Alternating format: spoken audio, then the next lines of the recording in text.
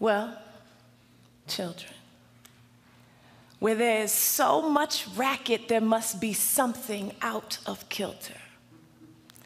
I think that between the Negroes of the South and the women of the North all talking about rights, the white men will be in a pretty fix soon. But what's all the talking about?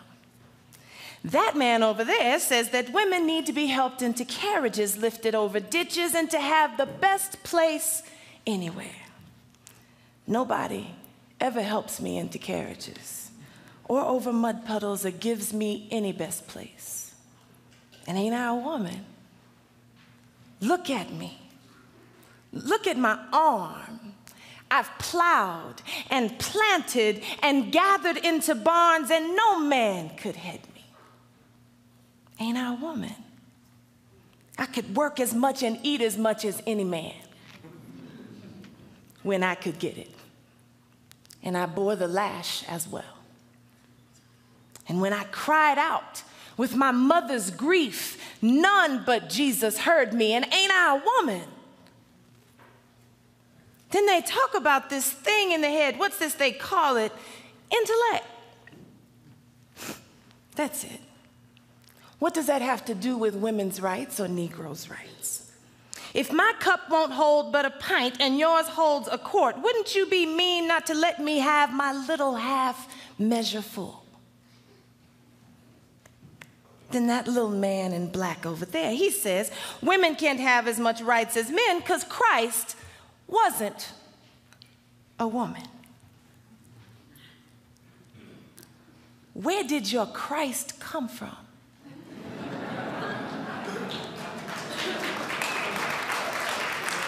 From God and a woman. Man had nothing to do with him. If the first woman God ever made was strong enough to turn the world upside down all alone, these women together ought to be able to set it back right, get it right side up. And now they're asking to do it, and the men better let them. Ain't I a woman? My name is Sojourner Truth. Some of you may be under the impression that you know something about me. I would wager that you don't know as much as you think you do. I grew up as a held person,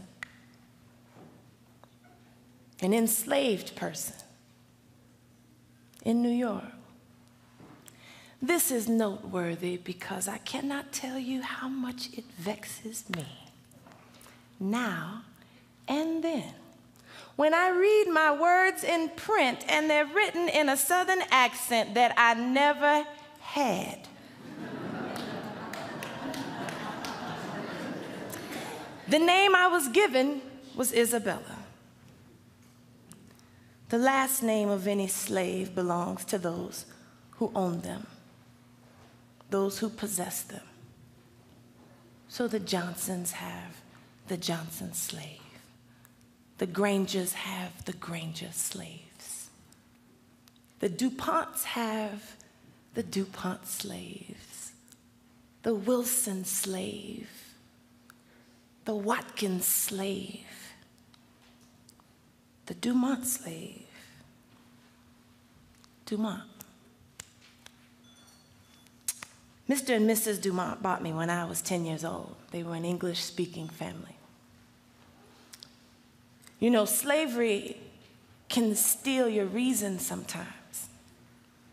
Your mind can tangle itself around a reality you have no say in, and the next thing you know, you can't remember who you are if you ever knew. What can I say? I got so feverish about pleasing my new master, I stretched myself way out to make him happy. I mean, I cooked, I cleaned, and then I denied sleep to get into the fields and work as hard as any man, worked my hands to bloody knuckles for him. I don't know. I think I thought he was a kind of a god. Thought he knew what I was going to do before I was going to do it. Thought he knew everything about me. Found myself confessing to him voluntarily on account of my imagining that he knew it anyway. He had a lot of power over me. Guess I started confusing that power, maybe even the source of that power. I got it in my head to run one day, though. Placed my infant on my hip and walked toward the sun. It had never been so bright. A couple by the name of Wagner saved me. They didn't agree with slavery, but they bought me to keep me from that other fate. They saved me. And I never had to go back to old Master Dumont. You know, Master Dumont wasn't a master at all. Took me a good while to understand this. I've not been afforded an easy road. I've had my arms left empty, my back bent low, my hands busted open. I had my son sold from me, taken from me, illegally taken from me, my own, the boy I made, taken from me. I felt my own anguish swell in my throat and stick, rob me of my words, my own sorrow. I felt sadness wrap around me like a shroud. A winding cloth, yeah. I needed God to trouble the water.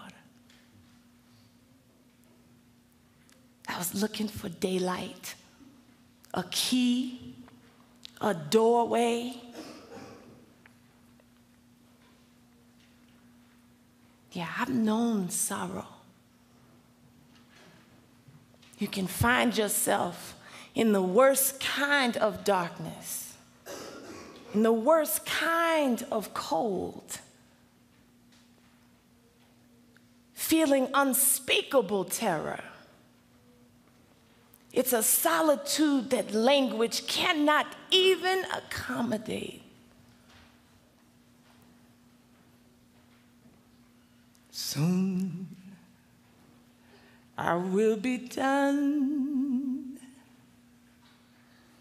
with the troubles of the world, troubles of the world, troubles of the world. How soon I will be done with the troubles of the world. I'm going home to live with my Lord. See, it's moments like that when God steps in. Now, maybe you can't understand this. Some of you might not be able to believe that God in all his everything might show up for somebody like me. But he did. He showed me when I was feeling weak and terrified, uncertain, flattened out, ready to submit myself again to the horrible reality of a slave. He showed me that he is the purveyor of everything, that he is all over everything. I looked up, I exclaimed, "Oh God, I did not know you were so big." I needed an intercessor. I didn't think I could speak to God directly, and I felt a little inadequate about that. I'd had it mixed up for a while. I needed an intercessor. He had made some so big and had not understood him to be so large. I needed an intercessor. And if I didn't have an intercessor, he might decide not to listen to me anymore. And then a friend appeared to stand between me and God. Who are you? I remember saying out loud, who are you? And there was a form, and it was distinct, beaming with beauty, holiness, radiant with love. I said finally, I know you, but I don't know you. You know, he seemed perfectly familiar. I feel that you not only love me, but that you have always loved me.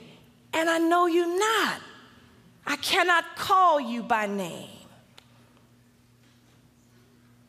It was funny when I said, I know you.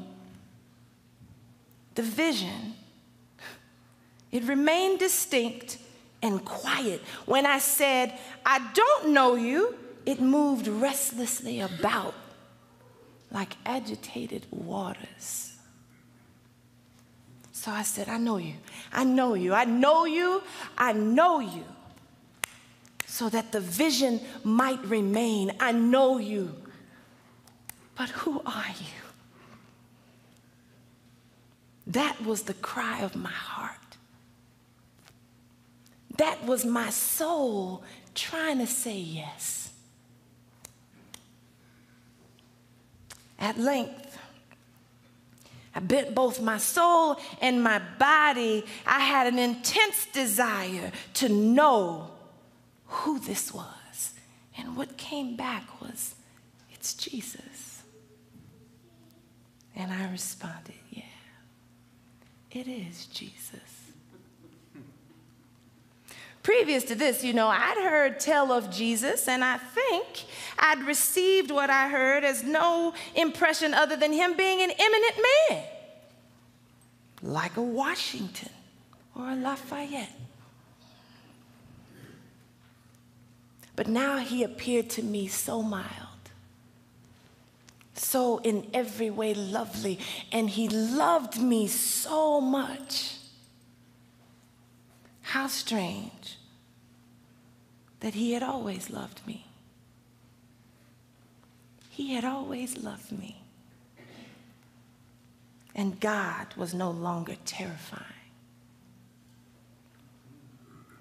God, the all-compassionate, the all-merciful, the compeller, the creator, the maker of order, the subduer, the sustainer, the opener, the reliever, the just one, the magnificent one, the mighty, the generous, the originator, the restorer, the enricher, the righteous teacher, the liberator.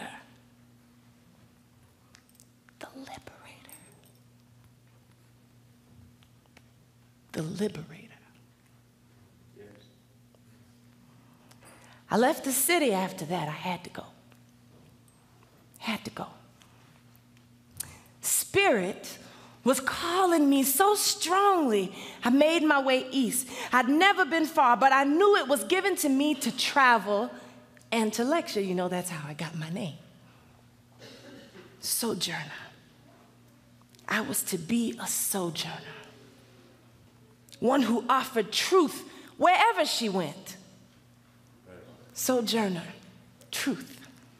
I will admit to being afraid at times, but I remembered Lot's wife and determined not to look back.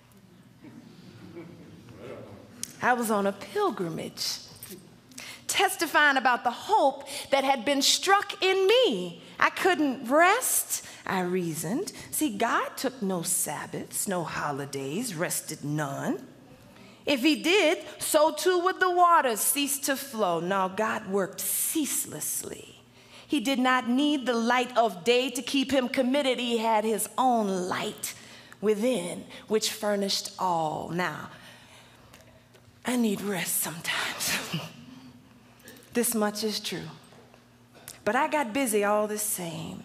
And on May 9th, 1867, I addressed the American Equal Rights Association. My friends, I am rejoiced that you are glad, but I don't know if you will feel that way when I get through. I come from another field, the country of the slave. They have their liberties, so much good luck to have slavery partly destroyed, not entirely. I want it root and branch destroyed. Then we'll all be free, indeed.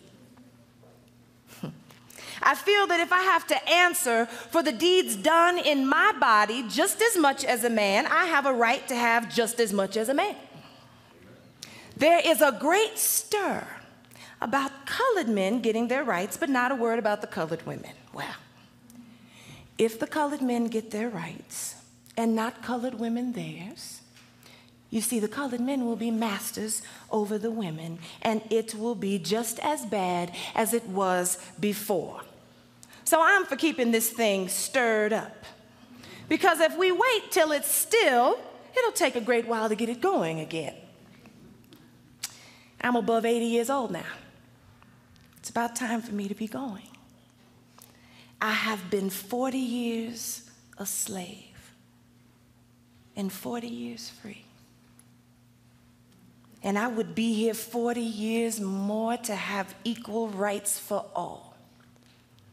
I suppose I'm kept here because something remains for me to do. I suppose I am yet to help to break the chain. I've done a great deal of work, as much as a man, but I did not get as much pay. I used to work in the field, bind the grain, keeping up with the cradler, but men doing no more got twice as much pay. They work in the field and do as much work. Women do not get as much pay. We do as much. We eat as much. We want as much. I suppose I'm about the only colored woman that goes about to speak for the rights of colored women. I want to keep things stirring now that the ice is cracked. I want to keep things stirring. What we want is a little money. You men know that you get as much as women when you write or for what you do. When we get our rights, we shall not have to come to you for money. But help us now until we get it. It is a good consolidation to know that when we have gotten this battle once fought, we shall not be coming to you anymore. You've been having your rights for so long that you think, like a slaveholder, that you own us. I know that this is a hard one. Who has held the reins for so long, it must be difficult to surrender them. It cuts like a knife. It will feel all the better when it closes up again. I've been in Washington about 3 years seeing about colored folk. Now, colored men have the right to vote. There ought to be equal rights now more than ever. Since colored people have got their freedom, I'm going to talk several times while I'm here.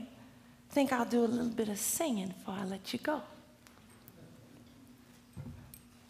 Oh, freedom.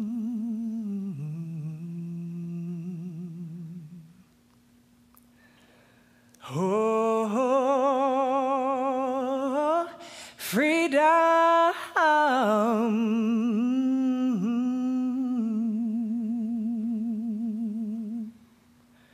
Freedom over me. and be, for I'll be a slave. I'll be buried in my grave and go home to my Lord and be free. Amen.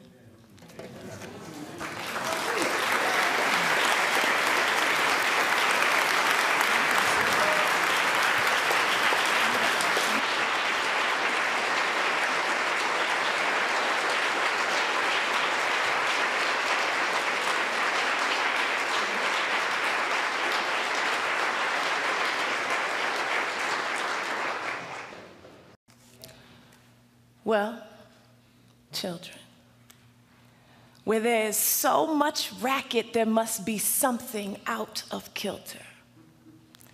I think that between the Negroes of the South and the women of the North all talking about rights, the white men will be in a pretty fix soon. But what's all the talking about? That man over there says that women need to be helped into carriages, lifted over ditches, and to have the best place anywhere. Nobody ever helps me into carriages. Ain't I a woman? My name is Sojourner Truth. Some of you may be under the impression that you know something about me. I would wager that you don't know as much as you think you do. I grew up as a held person, an enslaved person in New York. This is noteworthy because I cannot tell you how much it's, or over mud puddles, it gives me any best place. And ain't I a woman? Look at me. Look at my arm. I've plowed and planted and gathered into barns, and no man could head me. Ain't I a woman? I could work as much and eat as much as any man when I could get it. And I bore the lash as well. And when I cried out with my mother's grief, none but Jesus heard me. And ain't I a woman? Then they talk about this thing in the head. What's this they call it? Intellect. That's it. What does that have to do with women's rights or Negroes' rights? If my cup won't hold but a pint and yours holds a quart, wouldn't you be mean not to let me have my little half measure full? Then that little man in black over there, he says women can't have as much rights as men because Christ wasn't a woman. Where did your Christ come from?